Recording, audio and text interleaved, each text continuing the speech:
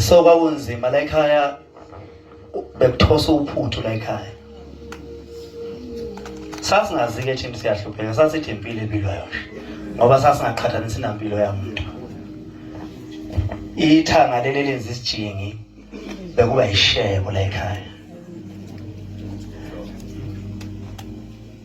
Itiye thina besiliphuza ngokuthosa ushukela. Uma ufaka ushukela esipunweni ubeke embasweni uthi cho ushukela uba yithi bese ufaka usashisa emanzini bese ubona sekufana nethi sokumbala wethi yena impilo bese iphila la ekhaya. Ugogo bexuba ngelahle phambi kwethu eligaya kanje esidikiselweni exube nathi bese senza lokho. Emakhwapheni bekufakwa insipho sikhula la ekhaya bayazi abafowethu bonke into besiyenza le ilo leon yethu thina bekuyinsipho futhi libamba ngqi alinoku isidala. Okwesicathulwanyana lokuma uye esikoleni ubona bebonile hayi besibona ngovaseline nathi. Sike kinga kuvaseline ubhubheda ngento yodwa ngathi bonga uphatha ngoplastic uphinde sizongena esikoleni ngoba uvela uthathe intuli sicathulo vele sibe bovu. So mina ke bengikhulela ekhaya ngengane enenhliziyo encane kakhulu. Kodwa ngafundiswa ugogo mina ukuyeka ukuba nenhliziyo encane. Bengidikila nje ukuthi ngangimncane nje ngangadli mina ngangidikila wangicasula nje. Kanti sekuzodliwa bengushiya nokudla kwakho. Bayazi odadewethu bakhona bayazi ukuthi nje bengilahla lapha yonke into. Ngidaliwe nje ngenhliziyo encane kakhulu. Kodwa ngayeka ngaba nenhliziyo enhla ngenxa kagogo. Uyazi kanjani ugogo wenza njani? Ngangithi mase ngidikila athi kudleleni neqede. Unenze nohwebede. Bese nginkulu ukuqi indlala. Kanti onkunzane sidla nabo la engabe sidla ndawonye indaba yokudla wedwa sekungiqala manje. Bese sidla ndawonye thina umuntu ezokhanga kuwe nje ishebo ezosidla ngakuwe. Kanti okuzana besidla nabo sebethola iqhinga lokuthi njalo makuzodliwa sebefuna ukube ngicasula. Ngathi bangicasula. Ngathi ngiyadikila ngeyile ngathi ugogo kudlala uqede ngathi namanga ngeindawo. Hlala sabamba zonke. So intombi yakaXolo ke saphila ke nayo sakhula nayo ukugeza siye esikoleni eMvayiza kusukela ngo95 sasikufundiswa ugogo wayesigezela phandle kwezisikhathi egeza ikhanda ngamanzi abandayo ethi kufuneka sihlakaniphe ikhanda. Amakhanda ubona idome ngakanje amakhanda nogeza ngamanzi ashisayo.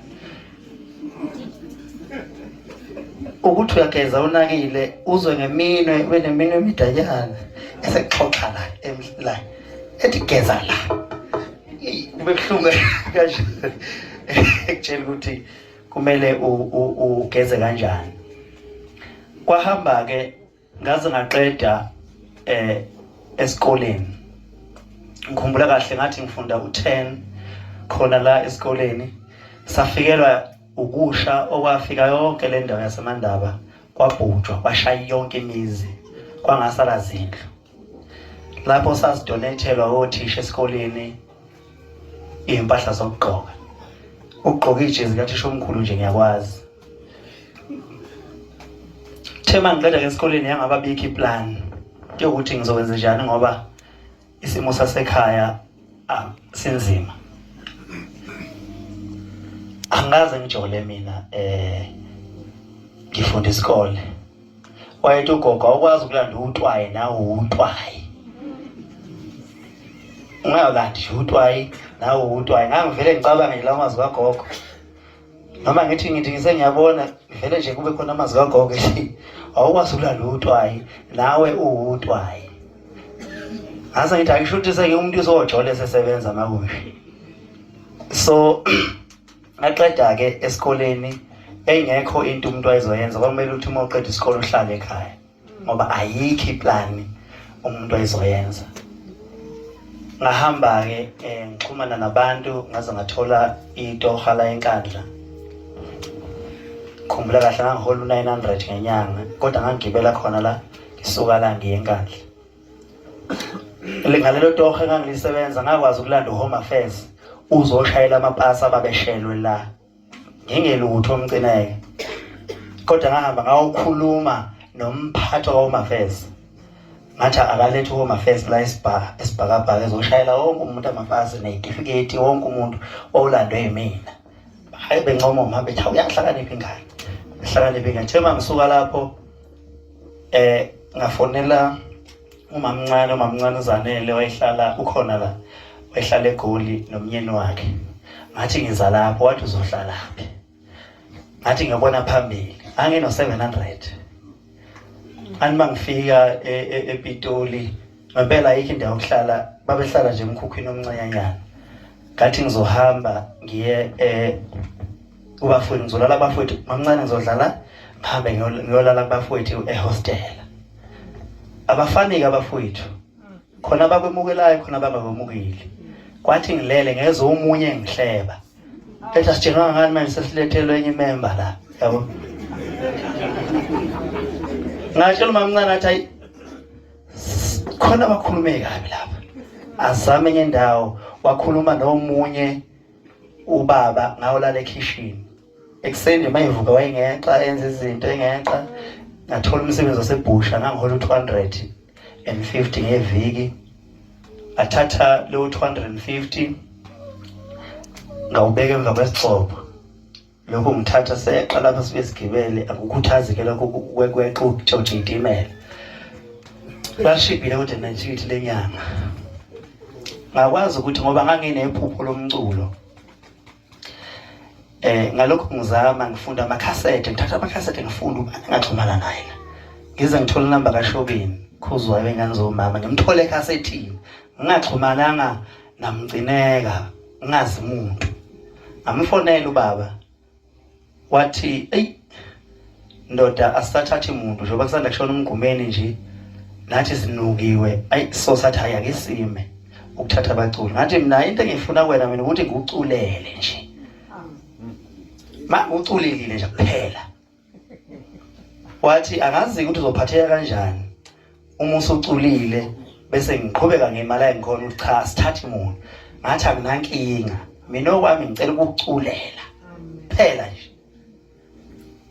Ayi ngamncenga phela ngimncenga nje ukuthi ngifuna ukuculela hayi ukuthi ngiyakuzwa noma ngasangithathanga kulungile ngiyakuzwa wonke kodwa ngicela nje ukuculela. Wathi hayi awucule ngasho nje kabili wasenqamuka ifoni ngathi hayi kushuthi ngibhembile sodwa. Ubaba seyivalile ifoni. Ngatshela umfowethu enganginaye ngathi hayi mayengizwile uzofona ngizafona back. Uma engizwile uzofona yena. Uma engangizwanga ngizokwamukela kube kusho ukuthi lo akusona isiphiwo sami. Yahlala lokho ngiqalaza. Lokho uqalaza ifoni hayi lutho. Hayi yasingena emva kwemzuzu emihlanu. Athi mina nangoke. Wathi uphinde. Ngasho.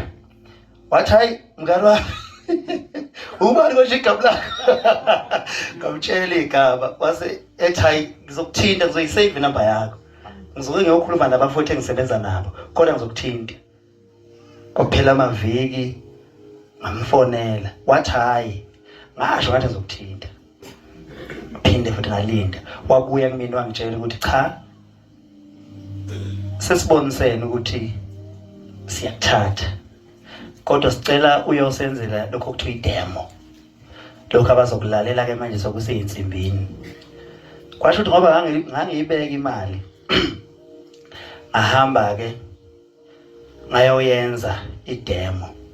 Ngaleso sikhathi ke sengiwushintshile umsebenzi wasebusha. Ngixoshiwe njalo hayi ukuthi ngishintshile nje. Ngixoshiwe. Futhi ngawe isinyama lenyama ethwala enkulu kanti ngizoyiwisa idebhisini. Kanti uzoqhamuka umlungu la. Angixosheke. Uma ngixoshwa vele ngiyokwenza security. Mangithola umsebenzi security bese ngithola umsebenzi security egada khona futhi la ebush la kade ngiqoshwa khona so kumele ngizome emnyango manje ngifaka uova la wangibona lo mlungu onxoshela wayotshela umphathi wami asimfuni yena athi nawo umhlolo ngehlela hayi kulungile ahamba ngawathola umsebenzi security hayi ngabashiya ngokuthula la ngifuna nje unixoxela uhambo engiwe ngivuka nalo nentombi kaXulu ilindile ekhaya ngisegoli ngahamba ngathi ngegoli yapatanisa uyabheda ngezidemo ngapha ngimile ihlanganisa security ngapha bese ngiyenza ilokhuzana bese ngithola omunye umsebenzi engangizosebenza kuwona futhi nguthola ePretoria eHeadfield okuyiwona engawusebenza ngazo 4 years ngicula ngiyi-security ngiye emsakazweni yowenza i-interview ekhosini ngiyi-security ngihola 1.8 ngenyanga ngicula nomtshengiseni nje ngiyinkunzi ye-security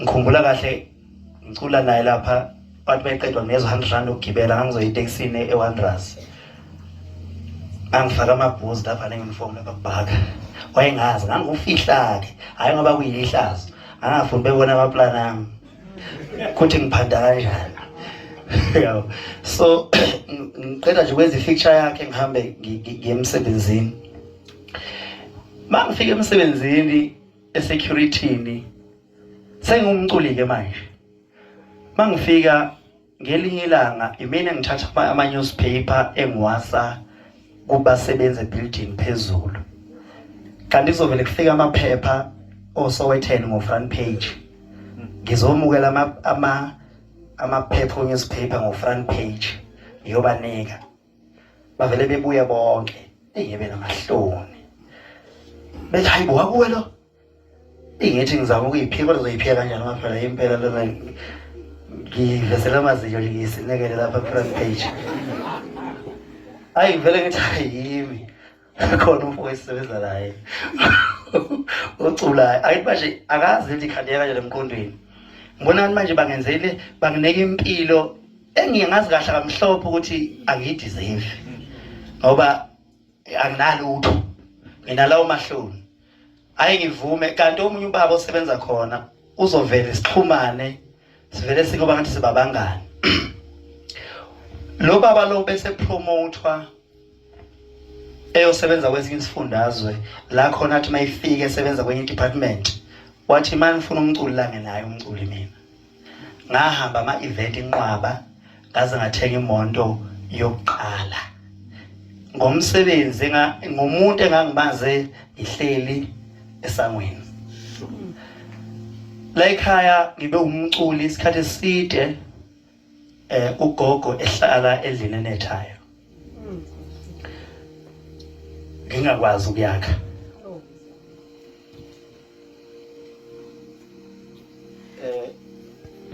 bengafika ekhaya isikhathi esiningi ngoba bengazi ngizolalaphi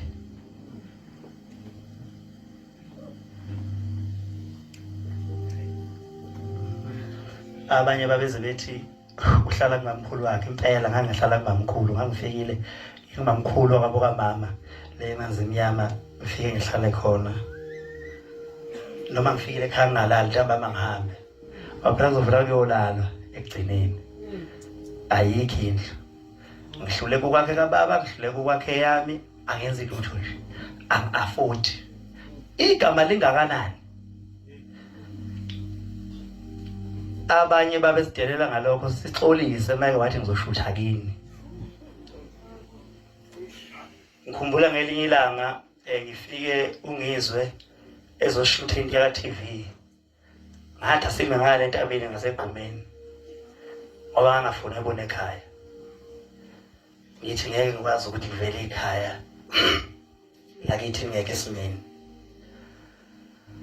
ugogo akazazi ahambe wahlala nathi ngoba mhlawumbe ubekuthiwa wahamba phewalelo yasizi mhlawumbe ngabe ikhona into ethi kodwa ubekuthiwa ugogo wangilinda ngaze nga-afforda wahlala indlu ubehlala kuyona iyayina kuye ngapha ina akuye ngapha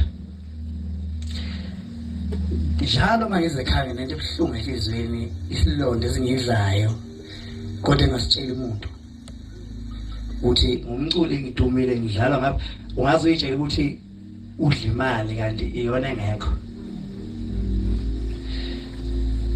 Kunzima kodwa ngathi into uma abantu baye bezwe mangathi hawu lo muntu wakha kangaka ngiyayizwisa.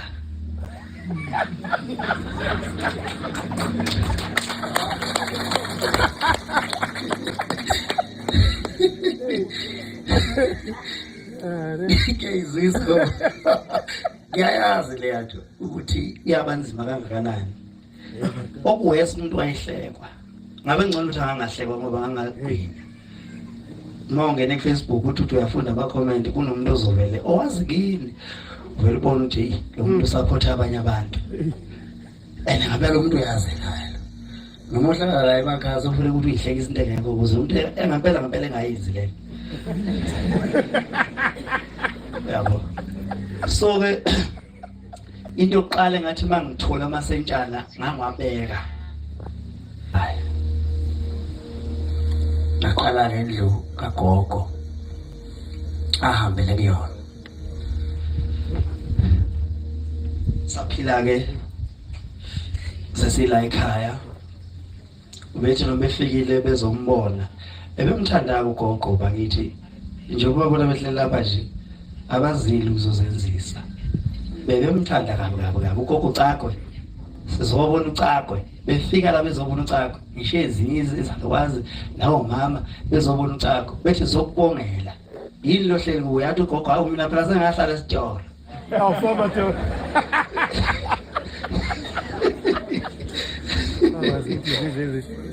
So ugogo wendlela besisondele kakhulu naye siqala ukubheka sibhekela kuyena ngoba ubaba nomama bahambe singakahlakaniphi sizingane sabhekela kuyena saconnecta kakhulu kangangokuba uma wahambela isikhathi eside ekhaya benixabana ngoba ubethetha phela noma ngengafika nje ngafika sokuledi ngalala usikwazi ukufika nje ungeza ngithi hayi gogo ngifike ebusuku kanti phela ngizwa ngoba nemoto ohamba ngayo wena uhamba ngemoto engadumi.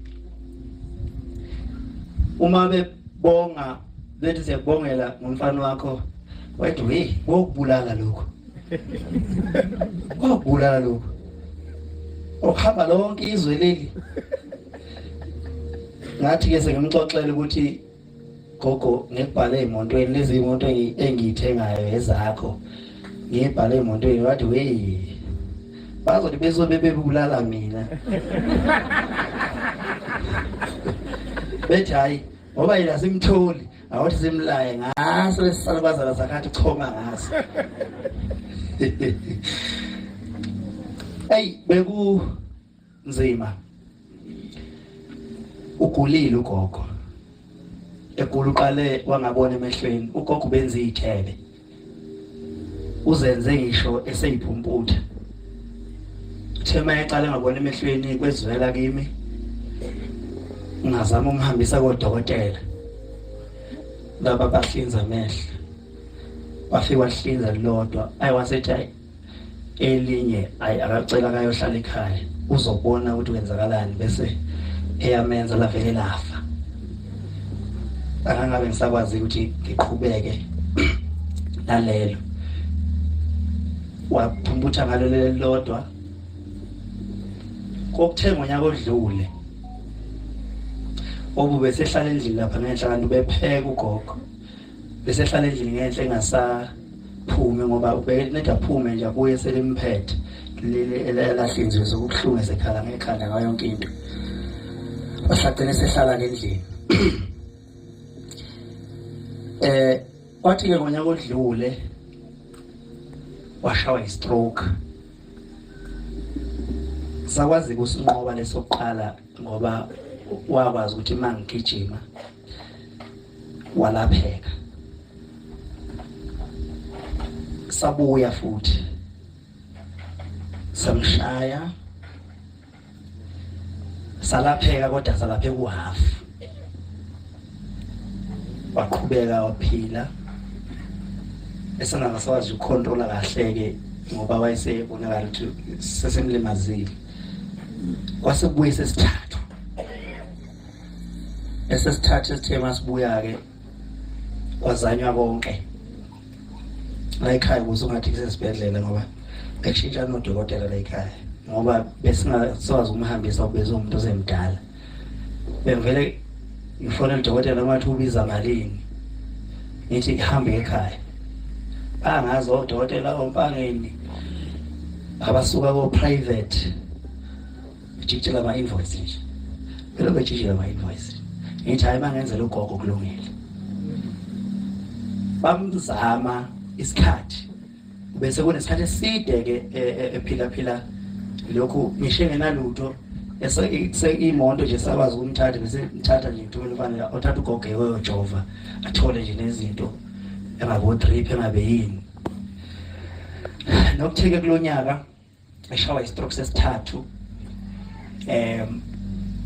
ngazama ngakho konke ukuthi ngihlenge impilo elwa ngoba ugogo ubelwa futhi ngaze ngasho ngathi umuntu engathi ngamfuza ngoba strong bengazidli-ke kusukela ngimazi ngiseyingane wayengazidli izinto onyama yenkunku, ukudla okuthosiwe, zonke lezo zinto bengazidli. Ubengana-BP enganalutho, ubethanda futhi ukunikana ukudla kwakhe kanti kubi, bekukubi kakhulu. So ngazama-ke ngithe masengibona ukuthi hayi sengiyehluleka, ngaqula isibindi ngamthatha kuwo uDisemba lo ngamusa esibhedlela. Nakhona ufike wahlala 2 weeks, bamfaka amanzi, bamfaka ama-3, bamfaka zonke izinto. Basho futhi odokotela ukuthi hayi ugogo usekhulile, njengoba ugogo engasadli ngoba imihlathi bengasavuleki, angeke besakwazi ukumbhoboza bemfaka ipayipi azodla ngalo ngoba usemdala. Futhi imali lokhu ehlele esibhedlela akukho ongaka azogcine esizakala ngakho. Ngambuyisa ngoLwesine ngamletha ekhaya. Nami-ke ngiyagijima ngihambe ngiperforma lonke izwe leli. Kuthi kona wonke ama-date engangibhukhe kona umhla ka-23 ngangabhukhiwe kona. Ithuba engathola ukuza ngale khaya lelo. Uma ngifika ekhaya kanti uzohambela phambi kwami. Kuthi nje ngabo-10 ntambama kungena udadewethu ongilamaya athi u-anti uthi angikucele ezansi. Ngithi nawo gogo akasekho kusho ukuthi bese ngimbuza nje ukuthi ukwenze njani. Hayi gogo ngathi ubambekile. Uma ngifika futhi ngithi ngiyamemeza ngoba uma ngifika ngesonto ngoba bengasakhulumi kahle. Ngithi mina ngiyangizwa kanti ngesathi ngifikile wayengaphenduli. Ngithi uyangizwa athi ngiyezwa, ngithi bayethu ukhuzana. Uma usufika kuyena vele ubusukhuluma bese ezwa ukuthi ubani bese kuphendula. Ube ngasaboni. Ingitsheleke mangifika ngimfica uyaphila ngithi ngiyamemeza hayi. Akasabeli ngiyambona nje ukuthi ulwa nempilo yakhe. Hayi ngafele ngakhala kanti vele uyahamba phambi kwami ngembuka. Enye into engihlupha kakhulu ukuthi mhla ugogo ehamba ngiyozwa kanjani, ngiyobe ngikuphi kanjani, ngiyamukela kanjani lonto. Kodwa uNkulunkulu wenza icebo lokuthi ngosuku ngizosebenza ngalo uzobusa ekhaya ugogo wakho uzohamba phambi kwakho umbuka. Kwami ngokuqala ngikaze ngibona umuntu ehamba phambi kwami, kodwa ugogo ngibonile. Okuyiyona into engiduduzile yangibopha inyembezi ukuthi uhambe phambi kwami ngoba mhlawumbe ngaba nga-understand ngoba iqiniso lithi ubesekhulile kodwa kumina ubengakhulile ngoba bekuyimangqala ngithi ngiyamjabulisa. Bengisafisa ukuthi ngabe usahamba ibanga elide lempilo kodwa kwahlulekeka.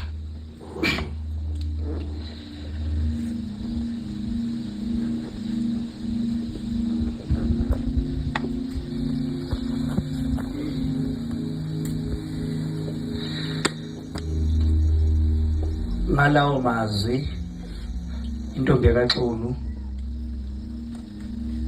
noma ngeke nganele ngoba ngumuntu wasemhlabeni, kodwa uNkulunkulu umgcinile ngakwenza konke engangifisa ukwenza.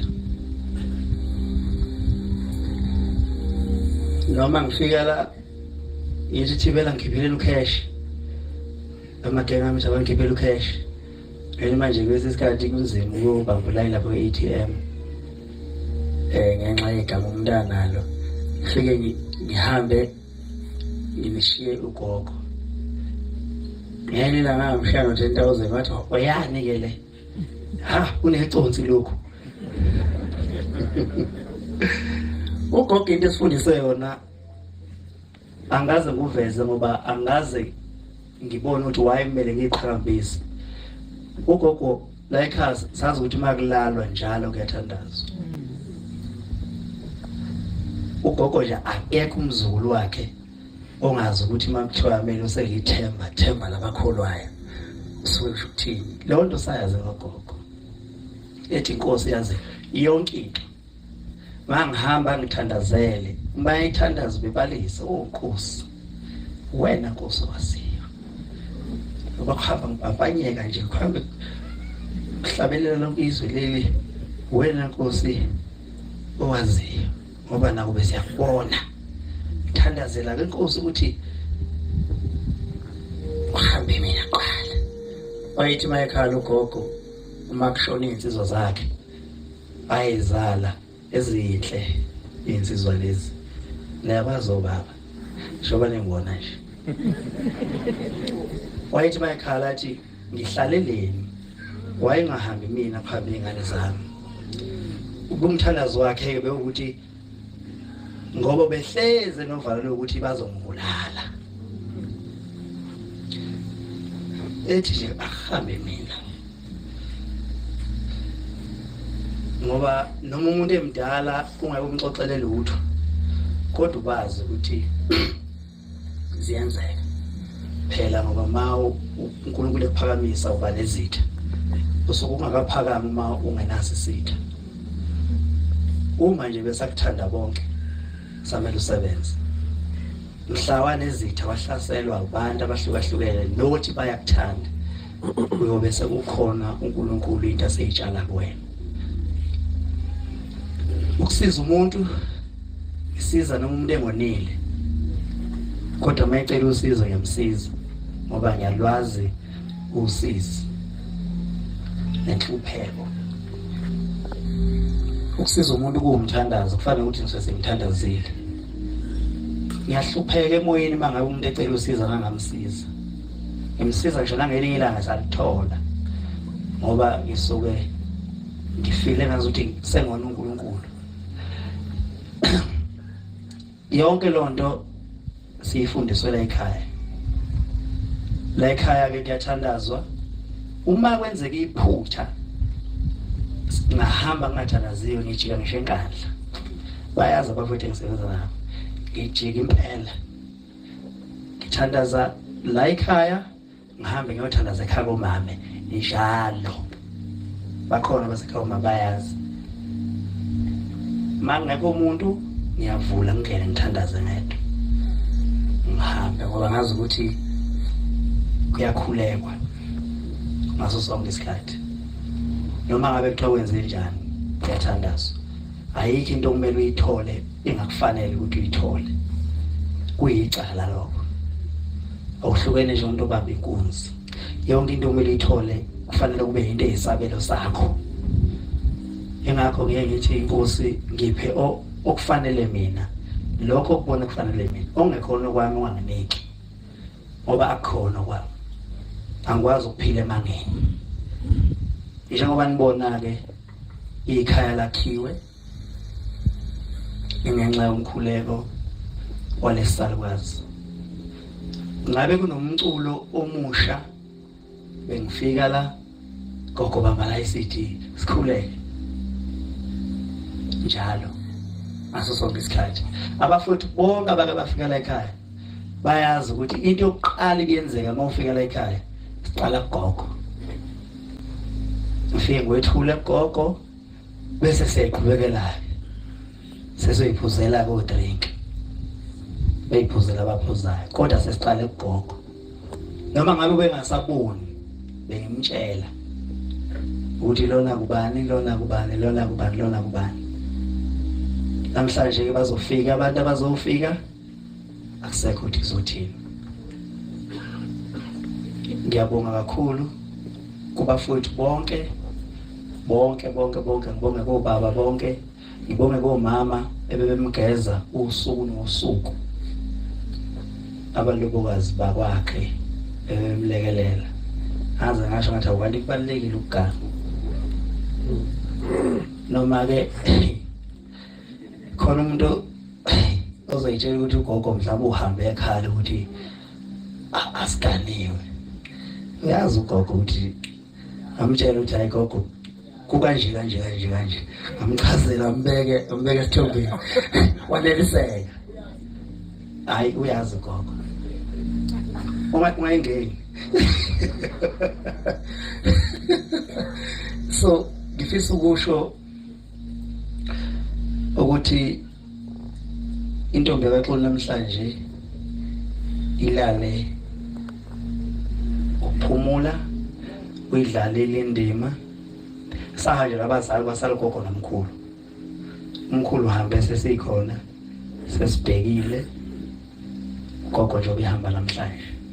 Sifisa ukuthi ahambe ngomoya uNkulunkulu asikhanyisele. Bengithi mangihlala naye ke mangifika sixoxela ngithi gogo mawusuhambile nje ngifuna ubuye ube idlozi elihle ngiqhubeke ngishaya abafana athi akunjalo Nkosi.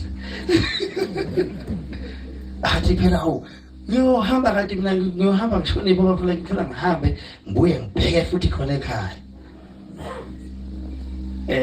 Ngifisa nje ukusho ukuthi ngiyabonga ubaba ophakathi sesisele naye ke njengobaba wethu. Ugogo babekho kumele kube phakathi azi ukuthi mazokwenza izinto zobikela yena engasibalekeli ngoba engakaze vele asibalekele. Asondele kakhulu kunakuqala ngoba kuyohlubula lokho emoyeni.